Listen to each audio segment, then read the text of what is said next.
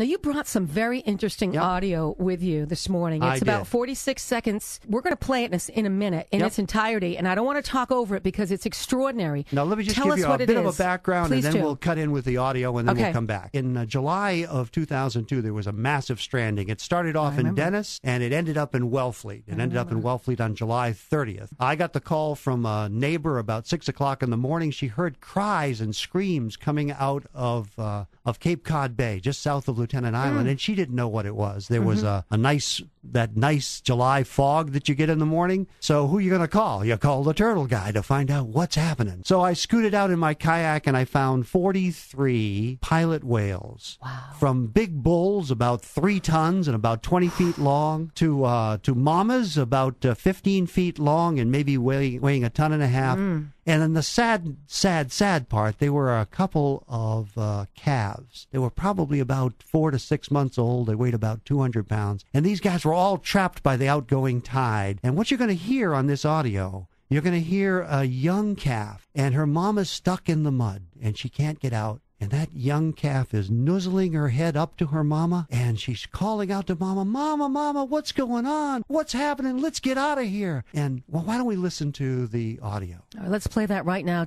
This morning on Inside Cape Cod, you're hearing actual audio from a mama whale and her calf in distress.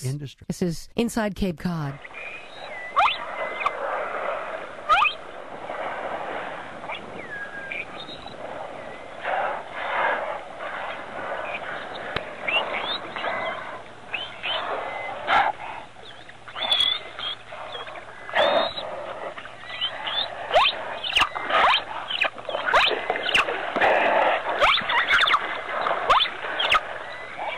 You're listening to Inside Cape Cod, and what you just heard is an actual mother and her calf in distress. Actual audio from the year 2002. Here with me this morning, Don Lewis from the National Marine Life Center. Now, there were, you said... 43. 43. 43 in this pod. And this is 2002. This is 2002.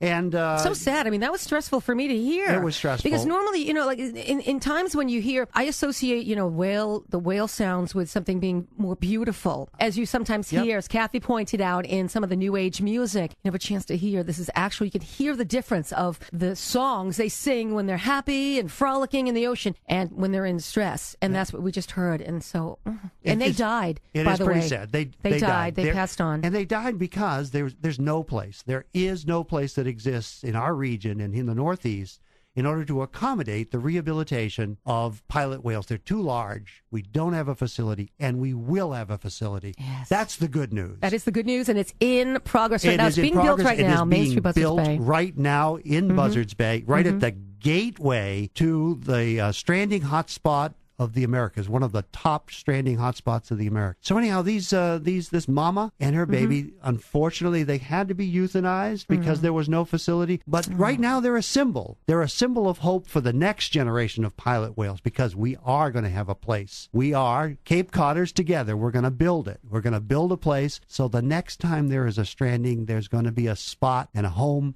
and a hope for these pilot whales. You heard the audio. That was kind of cool. Sad but cool. If you can take it, come on to our website at www.nmlc.org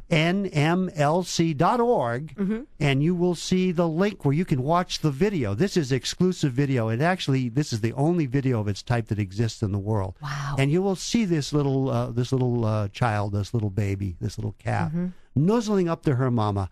And if anything can impel you to become a part, to become a volunteer, to become a member, to be a part of the group that's going to make this hospital happen, this is going to do it for you. Which we might add to, but volunteering, meaning get the training. Don't just show up on the beach and think you're going to push an animal back in the water because absolutely not. You don't know, you don't know what you're doing. If you hurt them even more. If you see a mammal stranding, get in touch with or a turtle stranding. Get in touch with the right people. Call your local police. They know who to get in touch with.